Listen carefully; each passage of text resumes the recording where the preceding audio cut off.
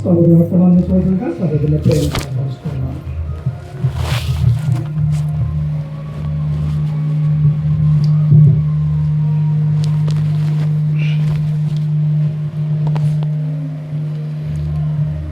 దేవునికి స్తోత్రములు.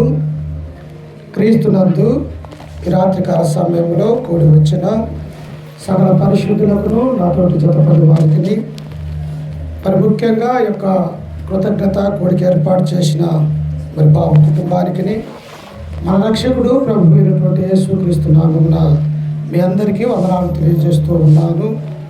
మరి దేవుడు ఒక పరిశుద్ధమైనటువంటి ఈ రోజును ఉదయకాల సమయంలో మనమందరము కూడా ప్రభు సన్నిధానంలో తండ్రి అయినటువంటి దేవుణ్ణి ఆత్మతోనూ సత్యముతోనూ ఆరాధించుకొని మరొక సమయంలో రాత్రికాల సమయంలో ఈ కుటుంబం ద్వారా ప్రభు అయినటువంటి క్రీస్తు ద్వారా తండ్రి అయినటువంటి దేవునికి కృతజ్ఞాస్తులు చెల్లించే గొప్ప భాగ్యాన్ని మనమందరము కూడా కలిగి ఉన్నాం.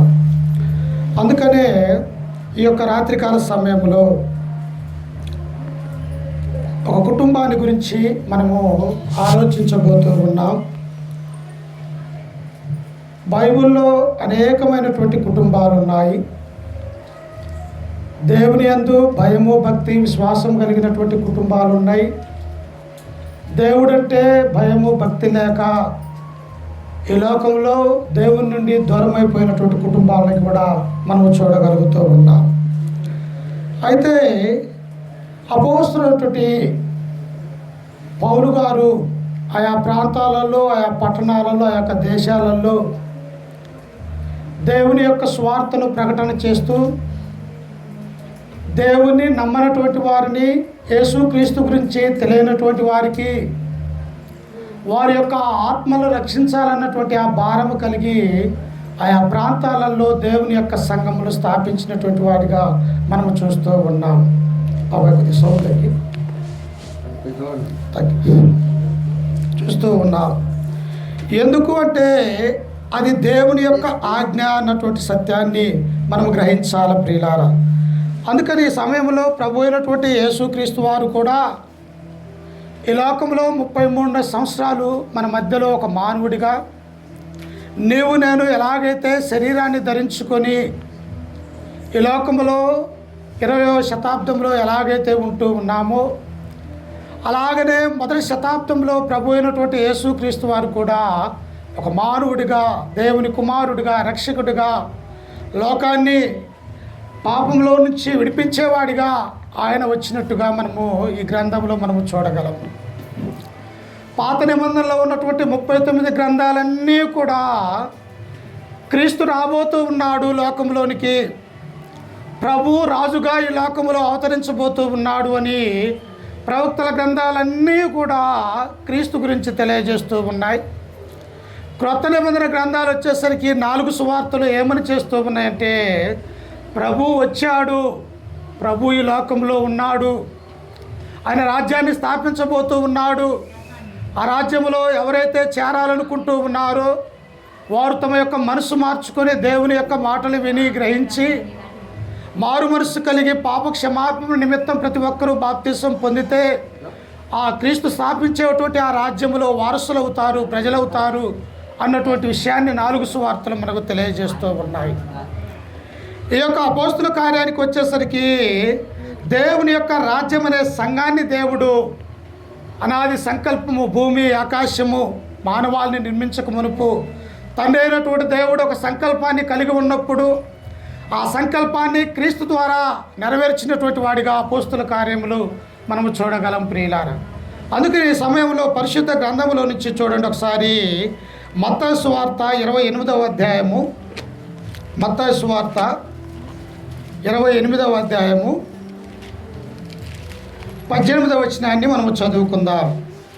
18. అయితే యేసు వారి యొద్దకు వచ్చి పరలోకమందును భూమి మీదను నాకు సర్వాధికారము ఇవ్వబడి ఉన్నది కాబట్టి మీరు వెళ్ళి సమస్త జనులను శిష్యులుగా చేయండి. ఏమంటూ ఉన్నాడు ఆయన?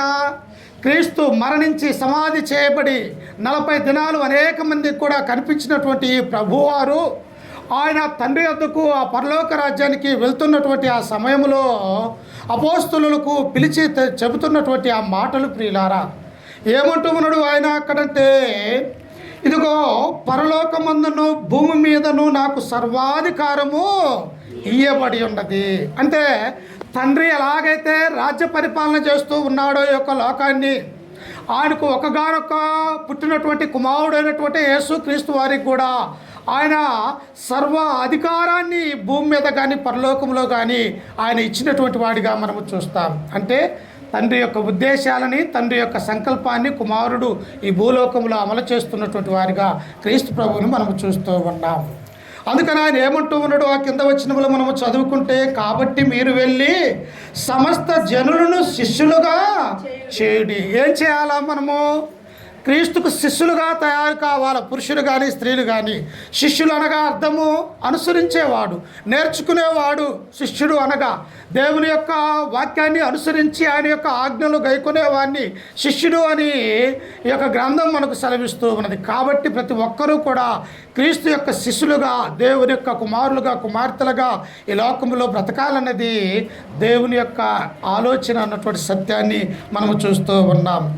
అందుకనే ప్రియులారా, ఇంకా మనము చదువుకుంటున్నట్టయితే చూడండి, అపోస్తుల కార్యములు 1వ అధ్యాయము 8వ వచనములో మనము చదువుకుంటే ఒకసారి చూడండి.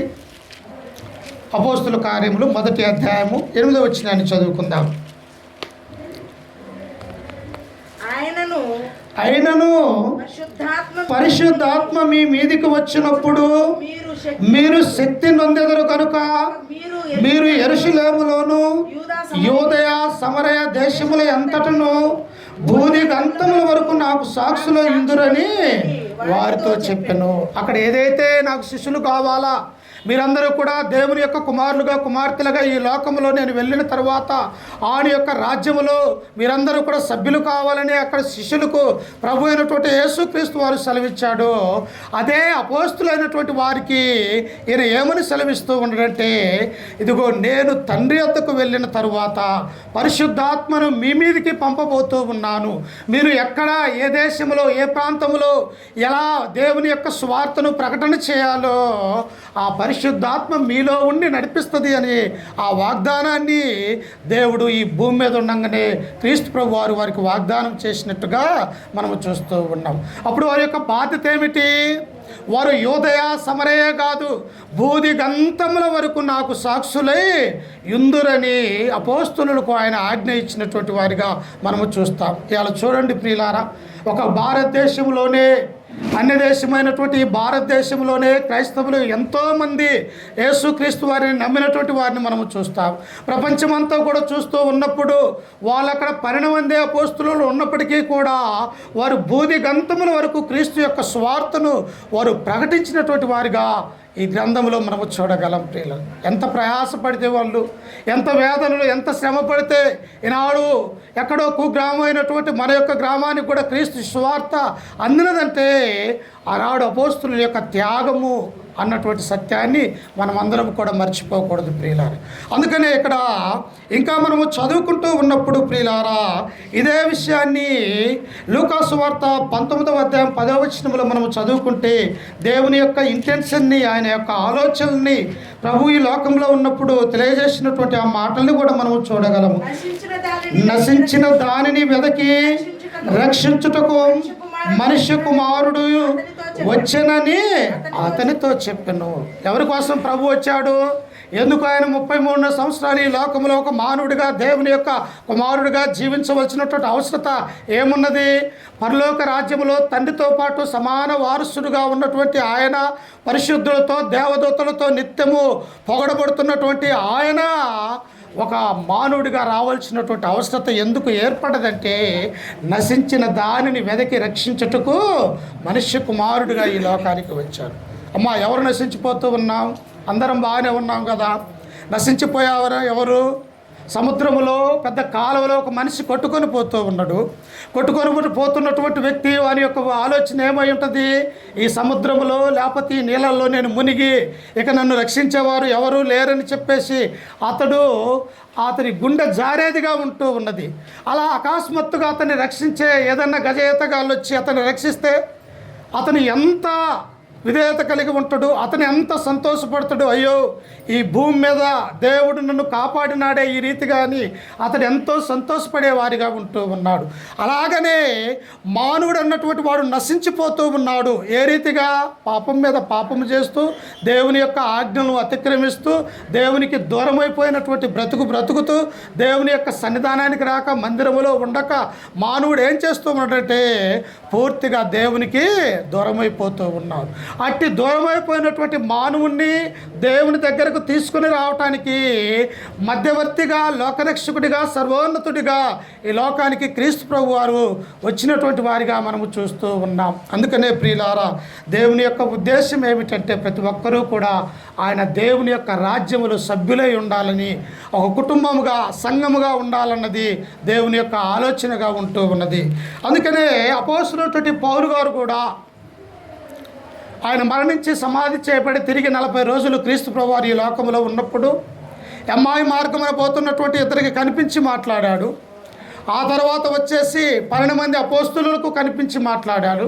దమస్కు మార్గములో క్రైస్తవుల్ని హింసించడానికి వెళ్తున్నటువంటి పౌలు గారితో యేసు క్రీస్తు వారు మాట్లాడినటువంటి వారిగా మనము చూస్తాము. ఆ తర్వాత వచ్చేసి ఒక్కసారే 500 మందికి కనిపించి, ఇదిగో నేను నిజమైనటువంటి సజీవుణ్ణి అని తనకు తానే నిరూపించుకున్నటువంటి వారిగా క్రీస్తు ప్రభువును మనము చూస్తూ ఉంటాం. ఆ తర్వాత మరి అనేక మందికి ఆయన కనిపించి నిజమైనటువంటి సాక్ష్యాన్ని పొందినటువంటి వారిగా మనం అంటాం. నిజంగా చనిపోయినటువంటి వ్యక్తి మరలా తిరిగి లేస్తాడమ్మా? లేచే అవకాశం లేదు. ఎవరిని కూడా మనము చూడలేదు. చూసామా? ఎవరు కూడా చూడలేదు. ఒకవేళ బైబిల్లో ఉన్నారు అంటే అది దేవుని యొక్క చిత్తము ద్వారా, పాత నిబంధనలో దేవుని యొక్క ప్రవక్తలుగా ఉన్నటువంటి వారు తిరిగి లేపారు. ఆ తర్వాత క్రీస్తు ప్రభు వారు కూడా లేపారు. ఆ తర్వాత అపోస్తలులు కూడా ఆ కార్యక్రమాన్ని జరిగించినటువంటి వారిగా మనము చూస్తూ ఉన్నాం. ఎందుకు ఇవన్నీ ఆయన జరిగిస్తూ ఉన్నాడు అంటే మనందరం కూడా మన మనస్సు మార్చుకొని దేవుని యొక్క కుటుంబముగా, ఆయనకి ఇష్టమైనటువంటి బిడ్డలుగా ఈ లోకములో నిజాయితీగా, యథార్థముగా బ్రతకాలన్నది దేవుని యొక్క ఉద్దేశముగా మనం ఉంటూ ఉన్నది. అందుకని అపోస్తలుడైనటువంటి పౌలు గారు కూడా దేవుని యొక్క సంఘాలను స్థాపించడానికి, దేవుని యొక్క కుటుంబాలని క్రీస్తులో నడిపించడానికి ఆయన అనేకమైనటువంటి పట్టణాలు, దేశాలు ప్రయాణమై వెళ్ళి వస్తూ ఉన్నప్పుడు ఒక పట్టణానికి ఆయన వెళ్ళాడు. ప్రియులారా, ఎక్కడ ఆ పట్టణం అంటేది ఫిలిప్పీ పట్టణానికి ఆయన వచ్చి ఉన్నాడు. ఆ ఫిలిప్పీ పట్టణం వచ్చి ఉన్నప్పుడు చూడండి ఒకసారి అపోస్తలుల కార్యములు 16వ అధ్యాయము 16వ వచనాన్ని చదువుకుందాం. 16 మరి ఒక సమయమున మేము ప్రార్థనా కాలమునకు వెళ్ళుచుండగా పుతోను అను దయ్యము పట్టినదై శోధ చెప్పుడు చేత తన యజమానులకు బహు లాభము సంపాదించుచున్న ఒక చిన్నది మాకు ఎదురుగా వచ్చెను. ఇక్కడ ఒక చిన్నదాన్ని మనము చూస్తూ ఉన్నాం. ఎవరేమా? ఫిలిప్పీ పట్టణములో బహు ధనవంతులైనటువంటి యజమానులు, ఆనాడు ధనవంతులుగా గొప్ప వారిగా ఉండి వారి యొక్క ఇంటిలో లేకపోతే వారి యొక్క పొలాలలో కానీ పని చేసుకోవటానికి వారు చేస్తున్నటువంటి పని ఏమిటంటే, ఇదిగో 7 సంవత్సరాలకి దాసురాలిగా వాళ్ళు ఆ డబ్బును తల్లిదండ్రులకు చెల్లించి ఆ యొక్క పురుషులను కానీ స్త్రీలను కానీ వారింటిలో పని చేసుకోవటానికి పని మనుషులుగా వారు కొంటారు. ప్రియులారా, మినిమం 7 సంవత్సరాలు.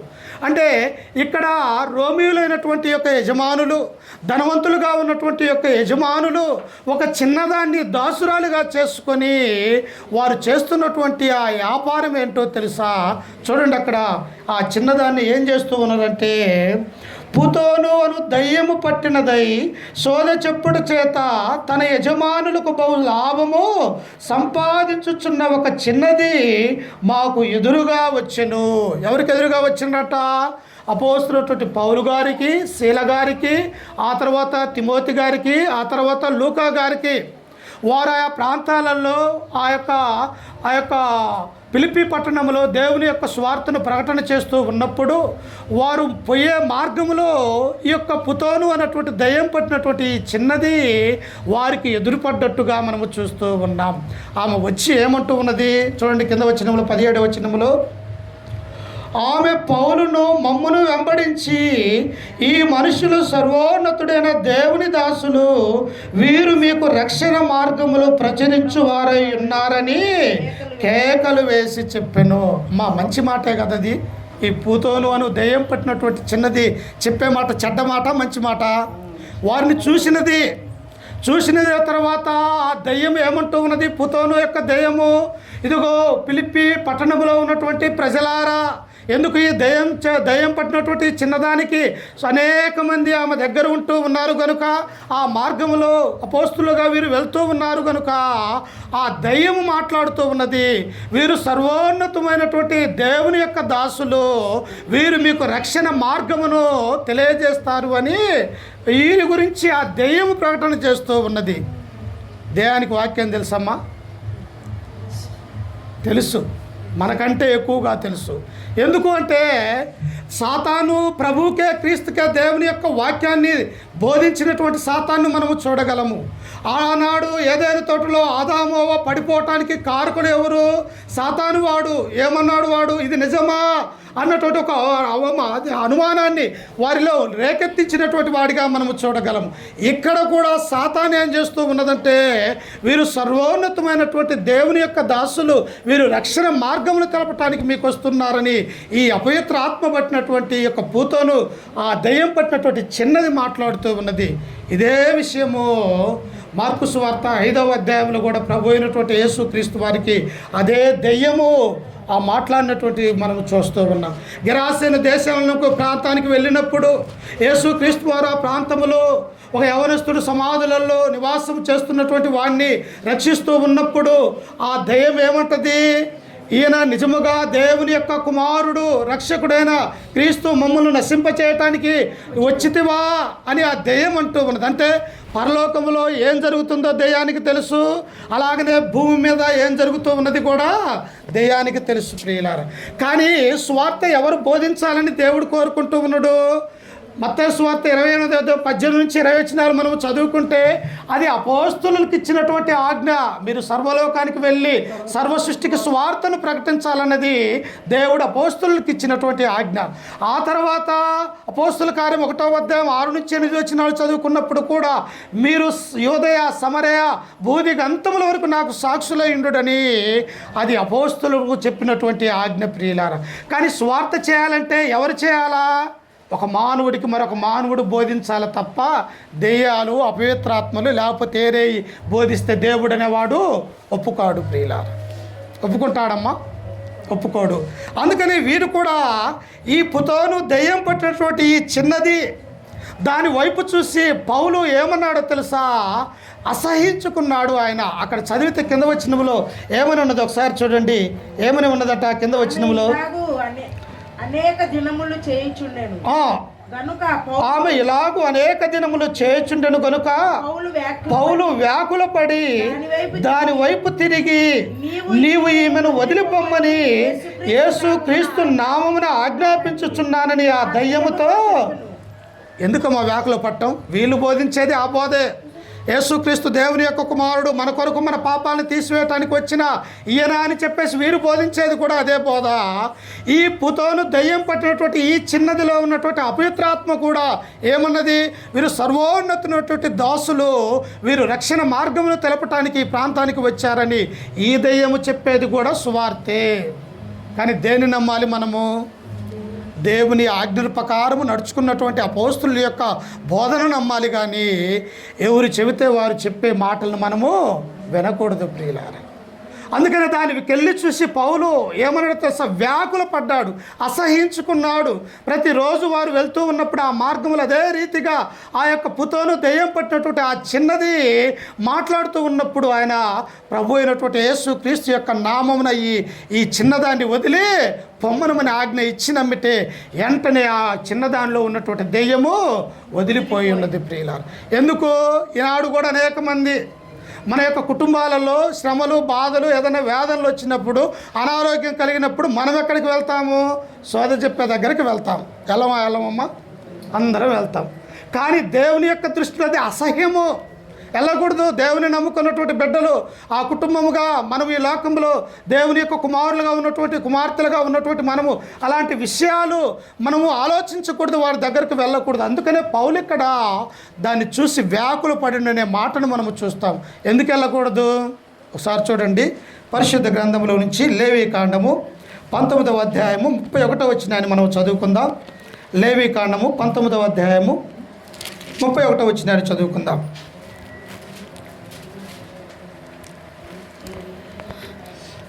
కర్ణ పిశాచి గల వారి దగ్గరకు పోకూడదు, సోదగాండ్లను వెదకి వారి వలన అపవిత్రత కలుగ చేసుకొనకూడదు, నేను మీ దేవుడైన యెహోవాను.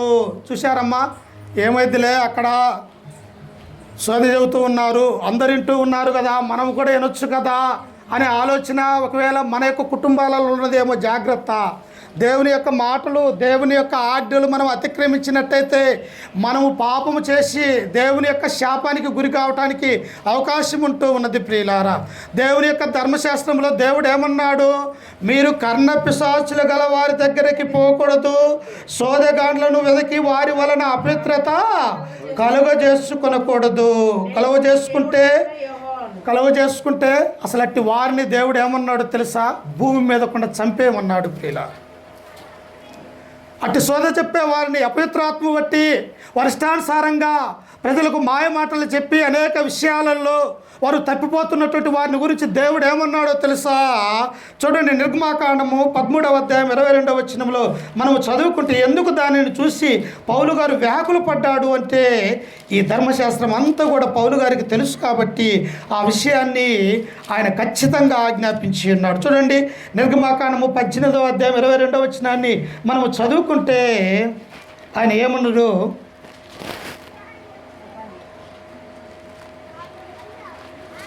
వారు ఎల్లప్పుడూ మాది కదమ్మా 22 అమ్మా. ద్వితీయోపదేశకాండము 18:10 వచ్చిన చూడండి. ద్వితీయోపదేశకాండము 18:10.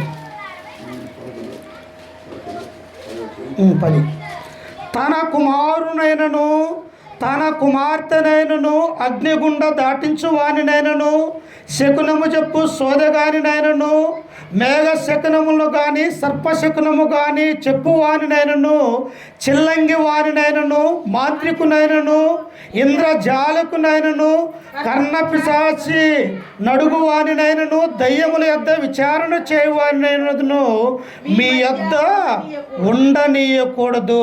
వీటిని చేయు ప్రతివాడును యెహోవాకు హేయుడు. ఎంతమందిని ఇచ్చాడు? సోదె చెప్పేవారిని, అపవిత్రాత్వం పట్టిన వారిని, చిల్లంగి వారిని, శకునము చూసేవారిని, ఇలాంటి వారందరూ కూడా మీ మధ్యలో వారిని ఏం చేయకూడదంట? అస్సలు ఉండనీయకూడదు. ఎవరన్నా మేము చెబుతామయ్యా, సోదె చెబుతాము, మీ యొక్క కుటుంబాన్ని గురించి ఎందుకు మీరు పతనమైపోతున్నారు, ఎందుకు ఆశీర్వదించబడటం లేదని ఎవరన్నా వస్తే, అయ్యా మాకు మా దేవుడు ఉన్నలే, అన్ని విషయాలు గ్రంథం ఉన్నదని మనము తెలియజేసేవారిగా ఉండాలి. కాబట్టి యొక్క చిన్నదాన్ని ఎప్పుడైతే ఆ పూతోను దెయ్యం పట్టినటువంటి ఆ చిన్నదాన్ని వారు ఎప్పుడైతే ఆ దెయ్యం పోయినదో ఇక యజమానులు ఏం చేశారో చూడండి ఒకసారి. అపోస్తుల కార్యములు 16వ అధ్యాయము చూడండి ఒకసారి. 16వ అధ్యాయము 19వ వచనాన్ని చదువుకుందాం. ఆమె యజమానులు తమ లాభసాధనము పోయినని చూసి పౌలును శీలను పట్టుకొని గ్రామపు చావిడిలోకి అధికారుల యొద్దకు ఈడ్చుకొని పోయిరి. అంతటా న్యాయాధిపతుల యొద్దకు వారిని తీసుకొని వచ్చి, ఈ మనుష్యులు యూదులై ఉండి రోమీలమైన మనము అంగీకరించుటకైనను చేయుటకైనను కూడని ఆచారములు ప్రచురించుచు మన పట్టణమును గలిబిలి చేయుచున్నారు. అమ్మ, ధనం వస్తుంటే ఎవరన్నా ఆ ధనాన్ని ఆటంకపరిస్తే ఆ మనుషులు ఊరుకుంటారా? అందులో వాళ్ళ సొంత ఊరు కాదు, అది సొంత పట్టణము కాదు, ఎక్కడో రోమేలు పరిపాలన చేస్తున్నటువంటి ఆ పట్టణానికి వచ్చి ఈ పుతోను అనేటువంటి దయ్యం పట్టినటువంటి ఈ చిన్నది ఈ దాసురాల్లో ఉన్న ఆ దయ్యాన్ని వెళ్ళగొడితే ఆ యజమానులు ఏం చేశారంటే, ఇదిగో రోమియోలమైనటువంటి మన దేవతలు ఉన్నారు, మనకు విగ్రహారాధన ఉన్నది, మన దేవతలు వేరు, వీళ్ళు వేరొక దేవుడు ఉన్నారని ప్రచురిస్తున్నారని వారిని పట్టుకొని తీసుకొని వచ్చి గ్రామ పెద్దల న్యాయాధిపతుల దగ్గరికి తీసుకుని వచ్చి వారిని చెరసాలలో బంధించినటువంటి వారిగా మనము చూస్తాం. చూశారా, ఎక్కడైతే సత్యము చెబుతూ ఉన్నారు, ఎక్కడైతే యథార్థముగా దేవుని యొక్క వాక్యాన్ని బోధించి ఆమెలో ఉన్నటువంటి ఆ దయ్యాన్ని వాళ్ళు ఆ యేసుక్రీస్తు నామమును ఆజ్ఞాపించబట్టే కదా ఆమె మామూలు మనిషి అయిన సంగతి వారు మర్చిపోయి మాకొచ్చే లాభము ధనము పోతూ ఉన్నదే అని చెప్పేసి పౌలు శీలను పట్టుకొని వారిని చెరసాలలో బంధించినటువంటి వారిగా మనము చూస్తూ ఉన్నాం. చూశారా, దేవుని యొక్క రాజ్యాన్ని స్థాపించడానికి, అనేక మందిని క్రీస్తులోని నడిపించడానికి, నశించిపోతున్నటువంటి వారందరినీ కూడా దేవుని యొక్క రాజ్య నివాసులుగా చేయటానికి వారు పడుతున్నటువంటి ఆ పాటలు ఎలా ఉన్నాయో ఒకసారి మనం ఆలోచన చేయాల ప్రియులను. క్రీస్తు సువార్త అంటే మామూలుగా మనము ఉండేది కాదు. అది భయంకరమైనటువంటి శ్రమలలో నుంచి ఆ యొక్క ఎంతో మనస్సు నిలకడగా ఉండాల. హృదయం అనేది దేవునిలో ఉన్నటువంటి వారు మాత్రమే దేవుని యొక్క కుటుంబముగా కట్టబడతారు. కానీ నామకార్థమైనటువంటి భక్తి జీవితము ఉంటే మన కుటుంబాలు క్రీస్తులో కట్టబడవన్నటువంటి సత్యాన్ని కూడా మనము గ్రహించాలి. వారిని ఎప్పుడైతే సరసాలలో బంధించి ఉన్నారో చూడండి, అప్పుడు జనసమూహము వారి మీదకి దొమ్మిగా వచ్చెను. న్యాయాధిపతులను వారి వస్త్రములు లాగివేసి వారిని బెత్తములతో కొట్టవలనని ఆజ్ఞాపించిరి. వారు చాలా దెబ్బలు కొట్టి వారిని చెరసాలలో వేసి భద్రముగా కనిపెట్టవలనని చెరసాల నాయకునికి ఆజ్ఞాపించిరి. వారిని ఏం చేశారయ్యా? రోమీలైనటువంటి మనము ఆచరించినటువంటి ఆ యొక్క మాటలు వారు మాట్లాడుతూ ఉన్నారు. వారి దేవుడు వేరు, మన దేవుడు వేరు. ఇటు వారు మన యొక్క పట్టణంలోనికి వచ్చి వారు స్వార్థ ప్రకటన చేస్తూ గలిబిలి చేస్తూ మనల్ని ఈ రీతిగా చేస్తూ ఉన్నారని వారిని ఎక్కడికి తీసుకువెళ్ళారు? వారి అందరినీ కూడా ఆ యొక్క పట్టణంలో ఉన్నటువంటి చెరసాలలో బంధించి వేశారు. ప్రియులారా, చెరసాలలో బంధించడం అంటే చేతులకు సంఖ్యలు వేస్తారు, కాళ్ళకు బొండాలు వేస్తారు. అంతలోకి వాళ్ళు ఆ ఇనుప సంఖ్యలతో బంధించి వారిని ఉంటూ ఉన్నారు. కానీ ఇక్కడ పౌలు శీలలు ఏం చేస్తూ ఉన్నారో తెలుసా? వారికి ఉన్నటువంటి ఆ కష్టాలు సైతం, వారికి వచ్చినటువంటి ఆ శ్రమలను సైతము వారు లెక్క చేయక, వారు దేవుడు పంపించినటువంటి ఉద్దేశం ఏమిటి, వాటన్నిటినీ దేవుని యొక్క సంకల్పాన్ని ఆ జైల్లో కూడా తండ్రి అయినటువంటి దేవుని క్రీస్తు ద్వారా వారు మహిమపరుస్తూ ఉన్నారు. ప్రియులారా, చూడండి, అక్కడ మనం చదువుకుంటూ ఉన్నప్పుడు ఎలా ఉన్నారంట వారు? 25వ వచనములో, అయితే మధ్యరాత్రి వేళ పౌలును శీలను దేవుని గూర్చి ప్రార్థించుచు కీర్తనలు పాడుచుండిరి, ఖైదీలు వారు పాడుట వినుచుండిరి. చూసారా, సంఖ్యలతో బంధింపబడి ఉన్నారు. వారు కాళ్ళకు బొండాలు వేశారు. బొండాలు అంటే ఎలా ఉంటాయంటే ఒక చెక్క తీసుకొని 2 రంధ్రాలు వేసి కాళ్ళు పట్టేంత ఆ కాళ్ళకు నడవలేనటువంటి స్థితిలో వారిని ఉంచారు. అయినప్పటికీ కూడా వీరు ఏం చేస్తూ ఉన్నారో తెలుసా? అర్ధరాత్రి వేళ పౌలు శీలలు దేవునికి ప్రార్థన చేస్తూ వారు కీర్తనలు పాడుతూ ఉన్నారు. కీర్తనలు పాడే శక్తి వారికి ఉన్నదా? దేవునికి ప్రార్థన చేసి వారి యొక్క శరీరం అప్పటికే అనేకమైనటువంటి దెబ్బలతో వారిని కొట్టివేశారు. అయినప్పటికీ కూడా వారు దేవుని గురించినటువంటి ఆ సువార్త ప్రార్థన ద్వారా, ఆ యొక్క పాటల ద్వారా దేవుని గురించినటువంటి సత్యాన్ని జైల్లో ఉన్నటువంటి వారికి తెలియజేస్తున్నట్టుగా మనం చూస్తాం. ఎందుకు అంటే వారు పాటలు పాడుతూ ఉన్నప్పుడు అక్కడ ఉన్నటువంటి వారందరూ ఏం చేస్తూ ఉన్నారంట? వినుచున్నారు అనే మాటను మనం చూస్తాం. వినటం వల్ల ఏమొస్తుంది? రోమీయులకు రాసినటువంటి పత్రిక 10:17లో వినుట వలన విశ్వాసము కలుగును, వినుట క్రీస్తు గురించిన మాట వలన కలుగును. అంటే మనం ఏదైనా పాట కానీ ఆ పాటలో ఉన్నటువంటి అర్థాలను కానీ, లేకపోతే ఒక వ్యక్తి ప్రార్థన చేస్తూ ఉన్నప్పుడు ఆ ప్రార్థనలో ఉన్నటువంటి భావాన్ని కానీ మనము ఆలకిస్తూ ఉన్నప్పుడు మనలోనికి కూడా దేవుడు విశ్వాసం అనేది ఇస్తూ ఉన్నాడు. ప్రియులారా, నేను వాక్యం చెబుతూ ఉన్నా, మీరు వినకపోతే మీకు విశ్వాసం అనేది వస్తుందా? రాదు. ప్రియులారా, ఎప్పుడైతే మరి దేవుని యొక్క వాక్యము కానీ పాట కానీ ప్రార్థన కానీ ఒకరికొకరు మనము తెలియజెప్పుకుంటామో అప్పుడు మనలోనికి దేవుడు విశ్వాసం అనేది పుట్టించగలడు అన్నటువంటి సత్యాన్ని మనం ఇక్కడ చూస్తాం. అందుకనే వీరి పాటలు, వీరి యొక్క ప్రార్థన తండ్రి అయినటువంటి దేవుడు విని మధ్యరాత్రి వేళ ఏం జరిగిందో చూడండి కింద వచనములో. అప్పుడు అకస్మాత్తుగా మహాభూకంపము కలిగెను, చెరసాల పునాదులు అదిరెను, వెంటనే తలుపులన్నీ తెరుచుకొనెను, అందరి బంధకములు ఊడెను. ఊడిపోయాయా? ప్రార్థన పాటల ద్వారా వారు దేవుణ్ణి మహింపరుస్తూ కీర్తిస్తూ ఉన్నప్పుడు దేవుడు ఏం చేశాడు, అక్కడే ఆ పట్టణంలో ఉన్నటువంటి చెరసాలలో ఒక గొప్ప భూకంపాన్ని పుట్టించినప్పుడు ఆ యొక్క తలుపులన్నీ కూడా బద్దలైపోయినాయి. అంత మాత్రమే కాదు, వారికి ఉన్నటువంటి అన్నీ కూడా ఏమైపోయినట్ట, అన్నీ తెగిపోయినట్టుగా మనము చూస్తూ ఉన్నాం. ఈ భౌతిక సంబంధమైనటువంటి ఇయే తెగిపోతే నీ ఆత్మలో ఉన్నటువంటి సంఖ్యలు, ఈ యొక్క శకునము కానీ, లేకపోతే ఈ యొక్క సోద చెప్పేవి కానీ, లేకపోతే హృదయంలో అంతరంగంలో శుద్ధి లేకపోతే వీటన్నిటిని కూడా దేవుడు ఏం చేస్తాడో తెలుసా, తెంపివేసి నిన్ను పరిపూర్ణమైనటువంటి క్రైస్తవురాలిగా, క్రైస్తవ కుటుంబానిగా దేవుడు చేయగలడన్నటువంటి సత్యాన్ని మనం గుర్తు చేసుకోవాలి. అంటే సంఖ్యలు బద్దలైపోయినాయి, వారి యొక్క అన్నీ కూడా ఊడిపోయాయి. ఇప్పుడు ఆ జైలర్ గారు ఏమంటూ ఉన్నారో చూడండి, కింద వచ్చినప్పుడు మనం చదువుకుంటే, అంతలో చెరసాల నాయకుడు మేలుకొని చెరసాల తలుపులన్నీ తెరిచి ఉండట చూసి ఖైదీలు పారిపోయిరనుకొని కత్తి దూసి తన్ను తాను చంపుకొనా. ఆ రోమీలకు ఉన్నటువంటి గొప్ప శిక్ష ఏంటో తెలుసా, చెరసాలలో బంధింపబడి ఉన్న ఏ ఖైదీని కూడా పారిపోయినట్టయితే అక్కడి కావలి ఉన్నటువంటి వారిని చంపేస్తారు కత్తితోటి ప్రియులారా. అందుకని వీరు ఎలాగూ ఈ భూకంపం ద్వారా తలుపులన్నీ తెరుచుకున్నాయి, వీరు పారిపోయి ఉంటారు అందరూ. ఒకవేళ నేను బ్రతికినా కానీ రోమీయులు సైనికులు మరలా నన్ను చంపివేస్తారు. అందుకని తనకు తానే హాని చేసుకోవటానికి తనలో వరలో ఉన్నటువంటి ఆ కత్తిని తీసుకొని ఈ చెరసాల నాయకుడు ఏం చేయబోతూ ఉన్నాడంటే పొడుచుకోబోతూ ఉన్నాడు ప్రియులు. బ్రతికినా చంపుతారు రోమీయులు. ఒకవేళ ఇట్లా ఉన్నా నేను చనిపోతాను, ఎందుకు వారి చేతిలో చంపటం, నేనే చచ్చిపోవటం మంచిది కదా అని ఈ చెరసాల నాయకుడు చంపుకోపుతూ ఉన్నప్పుడు చూడండి కింద వచ్చినములో, అప్పుడు పౌలు నీవు ఏ హాని చేసుకొనవద్దు, మేమందరము ఇక్కడనే ఉన్నామని బిగ్గరగా చెప్పెను. చూసారా, ఒక మంచి క్రైస్తవులు, మంచి దేవుని యందు భయభక్తులుగా ఉన్నటువంటి బిడ్డలు ఏం చేస్తారో తెలుసా, తమ ప్రాణాలను దేవునిలో కాపాడుకుంటూ ఇతరుల యొక్క ప్రాణాలను కూడా లోకమనే పాపంలో నుంచి రక్షించగలిగినటువంటి సమర్థులు ప్రియులు. తన కుటుంబాన్ని కాపాడుకుంటూ ఇతరులు కూడా దేవుని యొక్క బోధ చేస్తూ వారిని కూడా క్రీస్తులోనికి నడిపించే మంచి ఉద్దేశం ఎవరికి ఉంటుందంటే ఈ భూలోకంలో ఒక క్రైస్తవులకు మాత్రమే ఉంటుంది, కానీ ఎవరికి ఉండదు ప్రియులు. ఇక్కడ పౌలు గారు కూడా అలాగనయ్యా మీరు ఎక్కడికి ఏం చేసుకోవద్దు, మేమందరం ఇక్కడే ఉన్నాము, నీవు ఏ హాని చేసుకొని నీ కత్తితో నువ్వు పొడుచుకోవద్దు అని ఆ చెరసాల నాయకుడికి చెప్పినప్పుడు ఆయన వెంటనే ఆగిపోయాడు. అప్పుడు చూడండి కింద వచ్చిన వాళ్ళు మనం చదువుకుంటే, అతడు దీపము తెమ్మని చెప్పి లోపలికి దుమికి వచ్చి వణుకుచు పౌలుకును శీలకును సాగిలపడి వారిని వెలుపలికి తీసుకొని వచ్చి, అయ్యలారా రక్షణ పొందుటకు నేనేమి. అయ్యా, అది మనకు కావాల్సినది.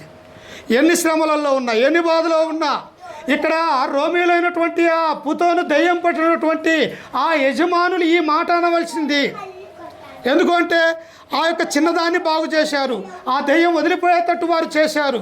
వారు అడగాల్సినది, అయ్యా ఇట్టి ఘనకార్యము, ఇట్టి అద్భుతాలు మీరు చేస్తూ ఉన్నారు, రక్షణ పొందటానికి మేము ఎలాగూ మార్చుకోవాలి మా మనస్సు అని వారు అడగాల్సినది పోయి ప్రత్యక్షంగా చూసినటువంటి చెరసాల నాయకుడు పౌలు గారితో శీలతో అంటూ ఉన్నారు, అయ్యలారా రక్షణ పొందుటకు నేనేమి చేయవలెను.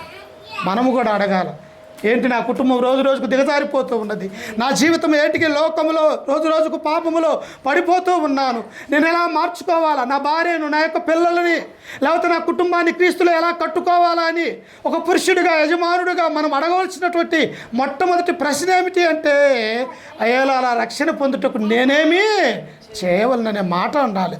అప్పుడు ఏమంటారు సువార్తికులు, ఇదిగో నీ మనసు మార్చుకొని ప్రభు అయినటువంటి యేసుక్రీస్తు నామమున బాప్తిసం పొంది నీవును నీ ఇంటి వారు రక్షణ పొందమనే మాట సువార్తికుడు చెప్పగలడు ప్రియులు. అప్పుడు పౌలు ఏమంటూ ఉన్నాడో చూడండి కింద వచ్చినములో, అక్కడేనమ్మా, అందుకు వారు ప్రభు అయిన యేసునందు విశ్వాసముంచుము, అప్పుడు నీవును నీ ఇంటి వారును రక్షణ పొందుదురని చెప్పి అతనికిని అతని ఇంటనున్న వారందరికీ దేవుని వాక్యము బోధించరే. మాయ మాటలు చెప్పలేదమ్మా, ఏం బోధించారు వాళ్ళు? దేవుని వాక్యాన్ని బోధించారు. అక్కడ పాత నిబంధన చట్టాన్ని బోధించారు, సోది చెప్పే వారి గురించి. అందులో ఉన్నటువంటి ఆ భావాలన్నీ కూడా వారికి బోధించారు. ఇక్కడ చెరసాలలో వారు బంధించారు. చెరసాలలో కూడా వారు ఎక్కడ పారిపోకుండా ఉండి వారి చేత చెరసాల నాయకుడు వీరు మంచివారు, దేవుని నమ్ముకున్నటువంటి బిడ్డలని వారి క్రియల ద్వారా ఆయనకు విశ్వాసం వచ్చే విధంగా చేసి ఉన్నారు. అయ్యేలా రక్షణ పొందటానికి నేనేం చేయాలని ఆయన అడిగినప్పుడు ఇదిగో ఆ రాత్రికాల సమయం అంది ప్రభు అయినటువంటి యేసు క్రీస్తు యొక్క సువార్త అనే వాక్యాన్ని వారికి బోధించాడు ప్రియులారా. అప్పుడు ఆ చెరసాల నాయకుడు, అయ్యా నేనొక్కనే కాదు విని రక్షణ పొందేది, నాకు ఒక కుటుంబం ఉన్నది, నా భార్య పిల్లలు ఉన్నారు.